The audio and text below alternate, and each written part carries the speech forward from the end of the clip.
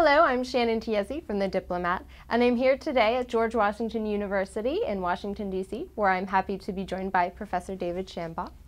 Professor Shambaugh is a professor of political science and international affairs here at GW, and he is also the director of the China Policy Program at GW and a senior fellow at the Brookings Institution a little ways across town.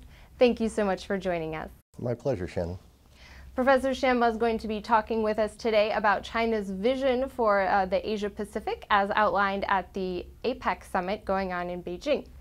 So, Professor Shambaugh, when it comes to regional diplomacy, China placed a great premium on this APEC summit. They were very excited about hosting it, very proud to be hosting it. What would you say their main goals were for this APEC summit, and do you think that they got there?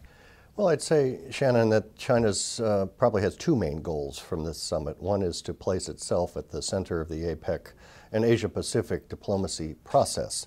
It's been sort of excluded somewhat from that process in recent years.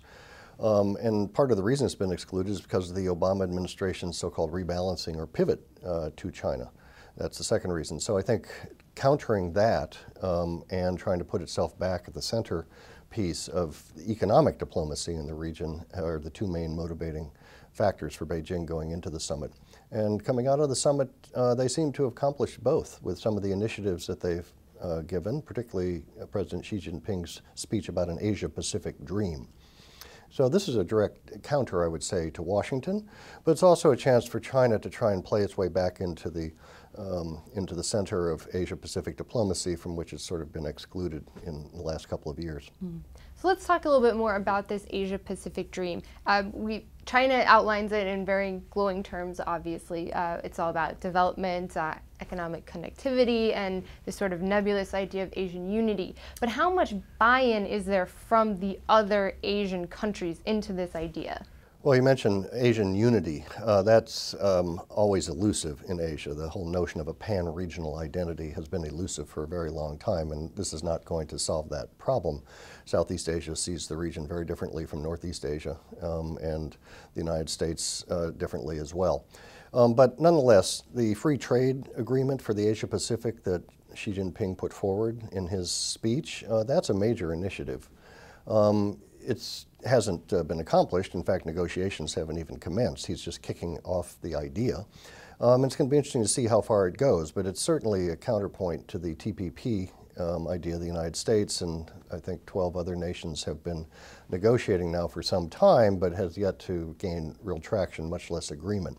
So this is China's counterpoint to TPP, and it's going to be interesting to see. That doesn't mean they're mutually exclusive, by the way, the free trade agreement and TPP. But it's going to be interesting to see what other Asia-Pacific countries do to respond to the Chinese initiative. Do you think there is a groundswell of support for this massive free trade agreement? There were reports that the U.S. in particular was kind of hesitant to move forward, thinking that it would distract from finalizing the TPP. But among the other Asian countries, do you think this is something they would like to be a part of, or they would rather not be? Yeah, I think the other Asian countries would like to be part of it. I mean, first we have to begin with the fact that the 10 Southeast Asian countries in ASEAN already have a regional free trade pact with China dating back to 2010. That's in place. China, South Korea, and Japan have also been discussing a sort of Northeast Asian equivalent free trade pact. So in some ways, the Chinese proposal is wedding these two together. And the question is really the United States. And the United States does not seem to like regional free trade pacts. It prefers bilateral ones, and it has one with South Korea, it has one with Singapore. So I don't think the Obama administration or whoever comes after is necessarily going to want to buy into a full pan-regional trade pact, even though the U.S. is negotiating such a thing with the European Union at present, a transatlantic free trade area pact. So this is early days. It's a new proposal.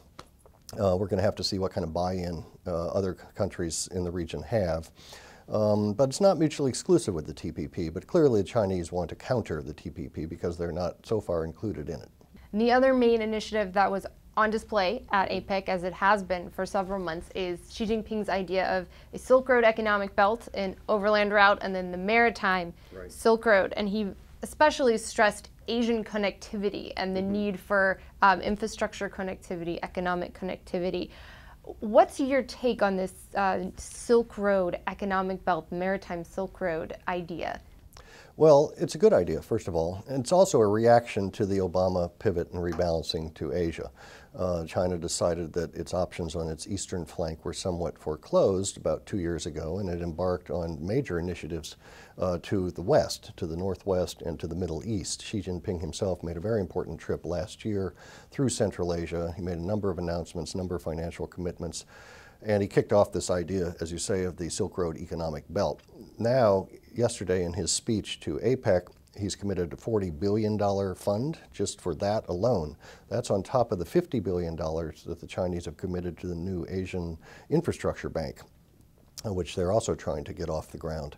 So I would say this is good for Central Asia. It's good for the Middle East. It's certainly going to tie China, it's going to give the Chinese construction companies, telecom companies, and other firms a lot of opportunities in that part of the world.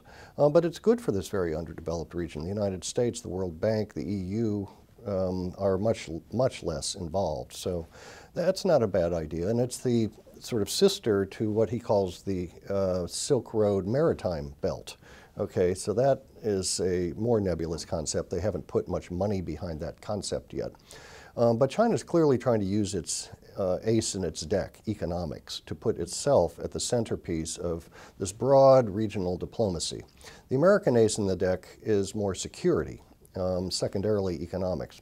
So there is real economic, you might call it geoeconomic competition going on here between the U.S. and China throughout this entire region with these, alternating proposals of both sides. So do you see the Silk Road economic belt and also this Asia-Pacific dream as somehow threatening to U.S. interests in the region, or can the two work together side by side on these initiatives? Yeah, good question. I myself don't see it as threatening. There are certainly those in Washington who see that in zero-sum terms. Whatever China does is bad for America. I don't see that myself. I think there's a lot of potential for opportunity for both countries there, more for China in Central Asia, but I don't see them as mutually exclusive, and not, as I say, it's good for the development of the region. China is geographically at the center of the region. It's also economically at the center of the region. It does 50% of its trade in the region and a little bit more than that in investment, outbound investment. So this is just sort of following on to the natural, you might call it, centrality of China in the region. But it's not necessarily a threat to the United States, and I don't think the U.S. Should perceive it that way.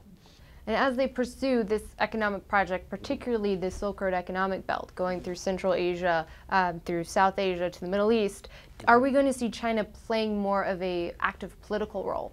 You have rebuilding process in Afghanistan that needs a lot of work. You have the Iran nuclear problem that China has also been hesitant to get involved in. But as economic interests grow, will political engagement as well? My guess is not as quickly. China is very risk-averse diplomatically, and particularly in sort of hotspot areas, and this is certainly a hotspot region. And China has shown thus far a reluctance to get involved with the United States in some of these challenges.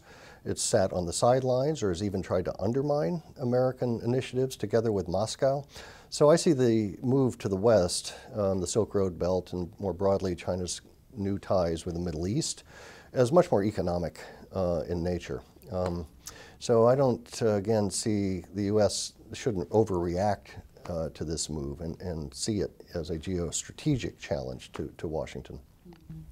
And we do have a major summit that's taking place between President Xi Jinping and President Barack Obama this week. And there's been some pessimism that the two will be able to address the more structural issues that are popping up in the U.S.-China relationship. What do you think is going to be on their agenda, and do you think they can kind of reset the U.S.-China relationship? Well, I count myself, Shannon, as part of the pessimist crowd on U.S.-China relations. In fact, I don't know hardly anybody who's part of an optimist crowd. The U.S.-China relationship's in real trouble. And it's in real trouble for real reasons, and we can't wish them away. And the two presidents, when they meet at the Great Hall of the People, are not going to be able to wish them away or falsely create cooperation where it doesn't really exist. The U.S. and China are locked into now, I think, a considerably long-term competitive relationship. And it's comprehensive competition. It's economic competition, as we've just been describing. It's certainly strategic military competition. It's diplomatic competition, it's soft power and cultural competition, it's even ideological competition. So this is the new normal, I would say. And it's going to affect the U.S.-China relationship really indefinitely. So the question for both countries is really sort of how to manage that competition and indeed buffer it so it doesn't bleed further into a more adversarial relationship.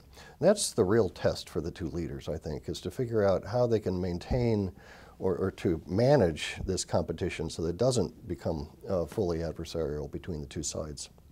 Mm-hmm.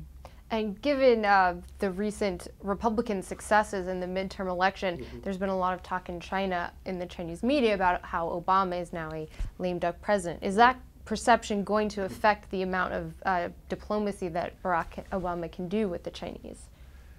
Well, it's going to affect the Chinese approach to Barack Obama, for sure. They considered him to be quite weak even before the midterm elections. Now, I think they perceive him to be a lame duck, as you say, not having much to offer.